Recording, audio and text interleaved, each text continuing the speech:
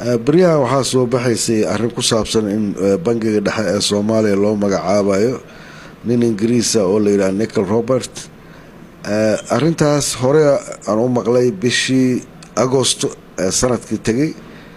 dad badan oo asxaabtayda aan rabtay waxay soo jeediyeen bacdama bangiga dhexe looga baahan yahay gudoomiye banki shuruudina wad buuxin kartaa ka qayb gal araajida waxa la geenayaa wasaaradda arrimaha gudaha wasaaradda maaliyadda garaalaha kadibna liiska waxa loo soo gudbinayaa oo go'aanka lagu gaarayo Nairobi oo hay'ad caalami ayaa ku lug lahayd taas horta waxyaab la ila naqatay saaxiibaday waxaan u sheegay inkastoo oo Soomaali ajnabi isugu jiraan inaan booskaas u socon oo bangiga dhexe boorkiisa muddan kamid ahay dadka bangiga ziira ka soo bilaabay markii burbur kadib aan ahayn silsilada bangiga dadku waxay u yaqaaneen silsila weyne silsilada waxay kamid ahay waxyaabo la bilqaysto waa la xaraashay Mombasa la geey dib aan u soo celinay intaan boorka bangiga ahay markii dambana boorka waxa iskeen uga tagay oo siimo wada karin markii waxa la ilaalinaa conflict of interest waxa la yiraahdaa hay'ado kale oo u shaqeynay iyo bangiga dhexe inay is anfacayna arkay in boorkiisa ka tirsanaado anoo ilaalinaya sharcigaas ayaa isaga tagay arinta hadda ninkan la hadalhayo oo Ingiriiska ah bal marka hore asiga muxuu ahay inaan wax iska weydiino la taliye bangi waa naga kariya wax cusub ma aha laakiin gudoomiye bangi dhexe waxa diidayo sharciga 130 qaybtiisa 4 article-ka koowaad aadis wuxuu leeyahay marka hore qofka bangiga dhexe gudoomiye ka naqanayo ma naga kariyo qof ajnabi ah boorka bangiga wuxuu ka koobmaa 6 qof 5 qof oo aqoontooda lagu soo xulo oo madax banaan waliba shuruudooda ay tahay inayna dawlad u shaqeyn waa shardi inayna u shaqeyn hay'ad interestigeeda iyo interestiga dawladdu ay meel iska soo galayaan in waa shardiga labaad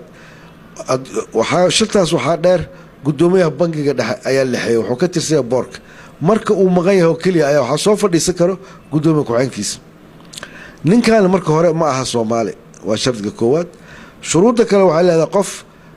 muddo 12 sano inay hadaan filaa dhan waa inuu u shaqeynaa hay'ado maxalli ah oo Soomaali ah ama dawladda Soomaaliya labadaba kama soo shaqeyn qodobkaasna waa ku dhacaa mar kale waa inuu bartay waxyaabaha dhaqaalaha la xiriiro ninkan cilmiyan wuxuu bartay suugaanta Ingiriiska English literature meeshana hees looga baahan ama dhaqan in laga hadlo ama suugaan Ingiriis looga baahan takhasus yar oo sameeyo waa jira oo bartay agricultural economy dhaqaalaha beeraha waa maaddo kamida maadooyinka lagu barto dhaqaalaha laakiin ma cilmi dhaqaale cilmi maamul ma cilmi finance ma waa hal maaddo kamida culumta dhaqaalaha intaas oo shuruud oo burays ayaa imaanaysa wuxuu soo shaqeeyay wuxuu ka soo shaqeeyay Tibet oo ognahay wuxuu ka soo shaqeeyay Ethiopia Suudaan hay'ad bangiga adduunka la shaqeeyay inkastoo dadka badan oo yiraahdo bangiga adduunka waa ka ruqsaystay oo waxaan galay pension howlgab hadduu howlgab galo shaqo kale soo doonto ma qof pension laakiin markaad dhax gashid bangiga adduunka waxaad ogaanay in shaqada laga eriyo asiga oo iskiis uga tagin dhinaca kale waxa leeyahay wuxuu xiriir lahay Som oil and gas shirkad leeyahay iyo nin ruusho milyaneer dad isku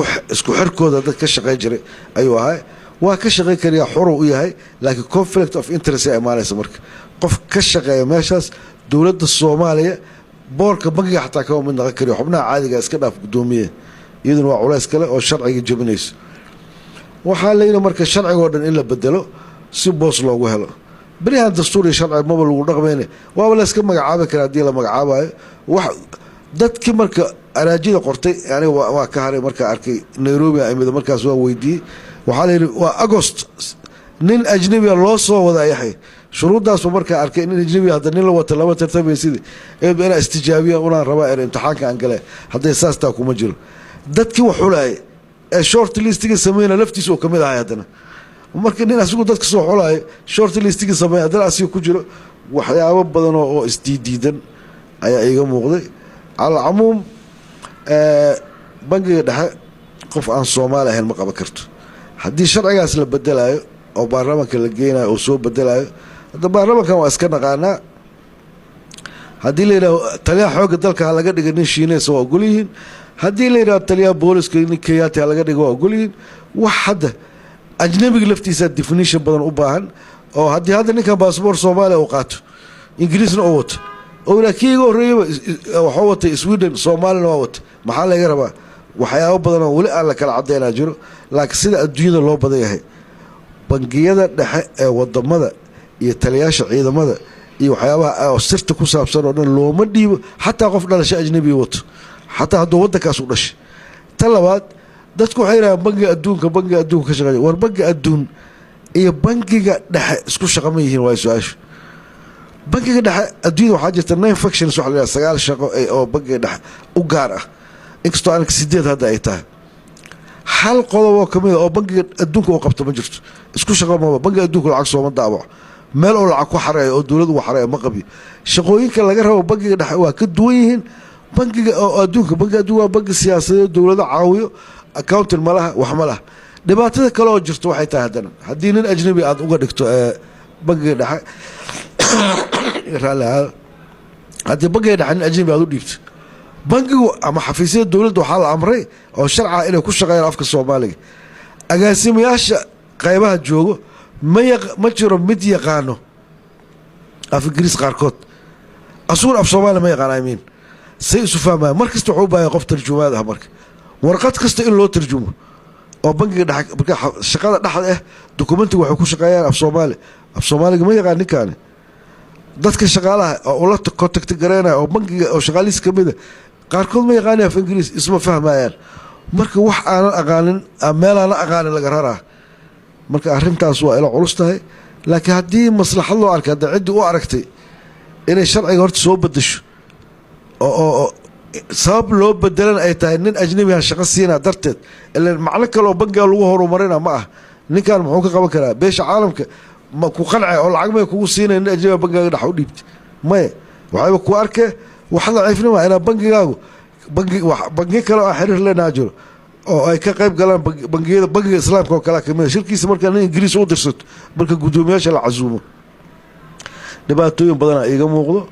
oo aniga ma aha inaan hadda cid gaara aan ku mucaaradaayo ama cid aan ku taageerayo laakiin dhinaca dhaqaalaha iyo dhinaca sharciga markaa ka fiiriyo culeyskaasaa igala muuqdo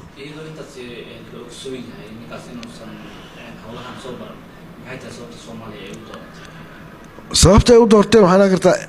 interestyaa imaanayso bangigana waxaa ku qoran sharciyada haddaad akhrisid qofka boorka naqanayo 5 xubnood oo caadiga ka mid naqanayo waa in waxaa looga ilaaliya inaa shaqaale dawlad noqdo markaa bangi boorka ah dan dawladdu leedahay marka bangiga dhexe waa anti autonomy waa hay-adka madax bannaan dadka qaar waxay aaminsan yihiin bangiga wasaaradda maaliyadda hoostago ma hoostago wada shaqeynaa ka dhexayso bis haddii waxaa loo diidaa marka adoo isla dawladda soomaalida u shaqeeya waxaa laga ilaalinaa in interest wasaaradda aad u shaqayso marka miisaaniyad soo gudubsanayso markay kharash dalbanayso bacdama wasaaradda aad ka tirsanta inay saameyn ku yeelato saas daraaddeeda xuquuq badanaa dhuminaya markaa boorka tahay hay-ad xataa private ah ee conflict of interest bangiga dhexe imaan karto uma shaqayn karti ninkan marka haddii la yidhi som oil oo xiriiriye ka ahay waa ka naqon kariya iskiis hadduu ka ahaan karaa weli laakiin haddii interestiga nationka ama bangiga taabanayso in loo magacaabo maaha marka waxaa ii muuqata inay jirto dana gaar ah ma aha dana dhaqaale dana soomaaliyeed ma aha dana bangiga oo dan ugu jirto ma aha dana aqooneed xataa maaha oo khabiir ah bangigeenu waxay ka horeeyey 9 8 guddoomiye uu soo maraa umaleyna camalooba ugu dambeeyey hal nimaa 2 mar kusoo naqday cumar camuudi inta kale hal maray qabanayeen hal qof oo ajnabiga kuma jirin mar ayaa 2 agaasimo oo talyaani ah ma ah guddoomiye bangiga dhexe talyaanigu noo keenay si farsamo ahaan ay uga caawiyaan la tali waa naqon karaa qofku farsamo kale waa ka caawin karaa laakiin guddoomiye bangiga dhexe lacagta asaa ku saxiixan guddoomiye ninka asaa biri lacagtaada ku saxiixnaana haddii hadda lacag cusbaa la daabaca layidhaha ilaa asaa guddoomiye ah marka waxyaaba badan oo isdiidan ayaa iga muuqda meeshaas dhaqaalaha wax badanaa wax ka qoray jaamacaddana money and bank ugu yaraan ama sidam ka soo bilaabo ama jaamacaddii waddan ama kuwa kale 8-9 sano maadadaas kaliya waa dhigaya practical waxaaba kasoo board of central bankian ahay dadka go-aanka iskale bangiga dhex masala haddii lacag la samaynayo dawladdu lacag la sameeya ma dhihi karto waxaa ogolaa kara boorkaas haddoona ogolaan ee wasaaradda maaliyadda golaha wasiirada kulle isku raacaan sharci ma naqanayso ilaa ogolaado waxyaaba lacaga badan oo la samey lahaa uu diiday markii dambena saruudaha uga tegey markii la yidhi lacag cusubaa la keenaa ayay ka mid ahayd haddana lacagta cusub oo imaanaysa waa mid ingiriis ku saxiixayo wax ay soo kordhi doonto uma jeedo bangiga dhexe wuxuu u baahay inuu branches ka furto gobolladoo dhan ayaa waajiba hadda xamar uu ku leeyahay gobolada haddana waxaan filaa inaan u diri doono niman Filibiina iyo niman Swedish iyo Norway inaan gey doono oo la dhihi karo Soomaali lama aamini karo dastuurkuna wuxuu qabaa shaqa nin Soomaaliya oo qaba karo nin ajnabi looma dhiibi karo waa idin qodob kale dastuuri qodobkaasi loo bedelaa idin adkaa doonto waa qodobka kore kan waa xeerkii oo hoos oo bangiga dhexe laakiin meeqa Soomaaliya qaba karta jagadan marka waa isleeyahay wadanka waa laga helaa ama dibadda hadii laga soo ururiyo ugu yaraan 30 ilaa 40 qof oo shuruudahaas buuxin karto waa la helaa laakiin qaar badan ba agoosto markay arkeen in waxa intaada shaqada iskama apply gareynis hadii application ninka aad u geynayso oo ninka la wato hadii go'aanka Nairobi lagu soo gaaray waxyaabo badan qof walba markuu ogaado war iga day waa baasatiin